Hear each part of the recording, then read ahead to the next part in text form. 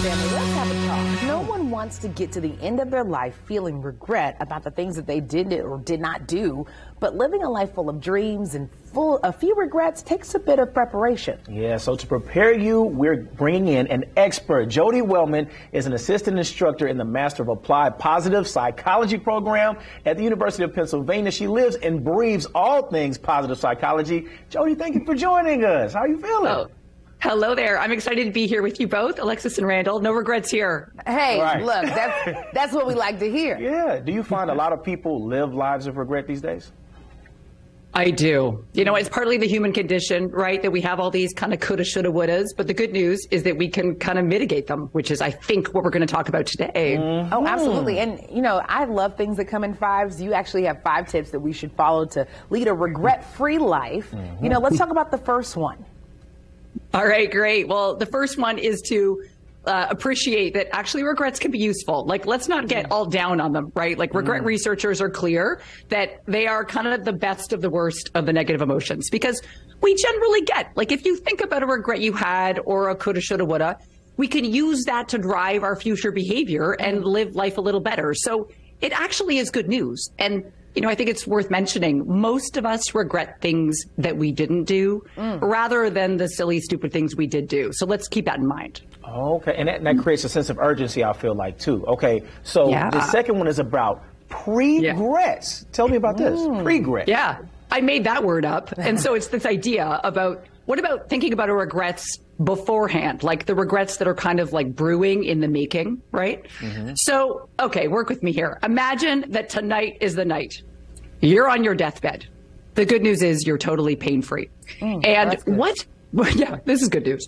So think about what those little pangs might feel like, of those feelings of, oh man, if only I had done that. You know, maybe it's that if only I'd really gone to the Galapagos, or if only I'd really written that book, or if only I had, I don't know, gone back to school. And so identifying what we might regret if it was at the end. And so can I be bold and ask either one of you, do you have an example of something you might regret? You have one?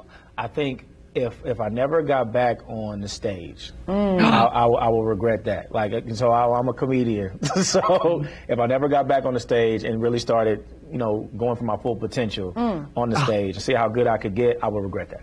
I would regret that for you, because you are very good. For me, I would regret always feeling like I have a timer. That's something that I've struggled with, and even, you know, led to a bit of anxiety. So I'm just not taking the time to just be in it. Gotcha. That'd be mine. Yes. Ooh.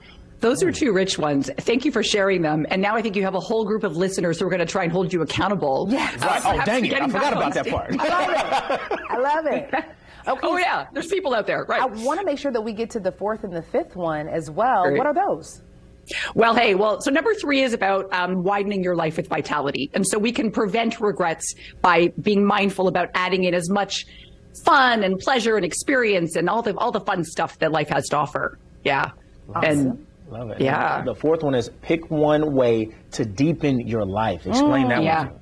Yeah, so widening is with vitality. Deepening is adding more meaning. And these are the things where if you had that thing about, oh, I really would like to volunteer at my kid's school, or I would love to reconnect with my old college roommate, or I don't know, get back in touch with my spirituality. That's the thing. Go for it rather than letting it turn into a regret.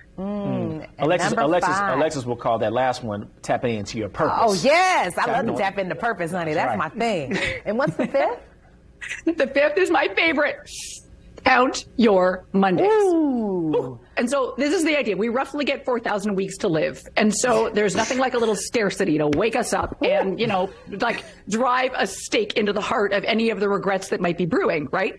So acknowledging my time is dwindling. How do I want to live a life that feels squander-free? It's that you can course correct a regret. You can get back on stage. Randall, Alexis, you can make a decision to say, I want to try and be more in the moment, right? Absolutely. It's like we can take action today.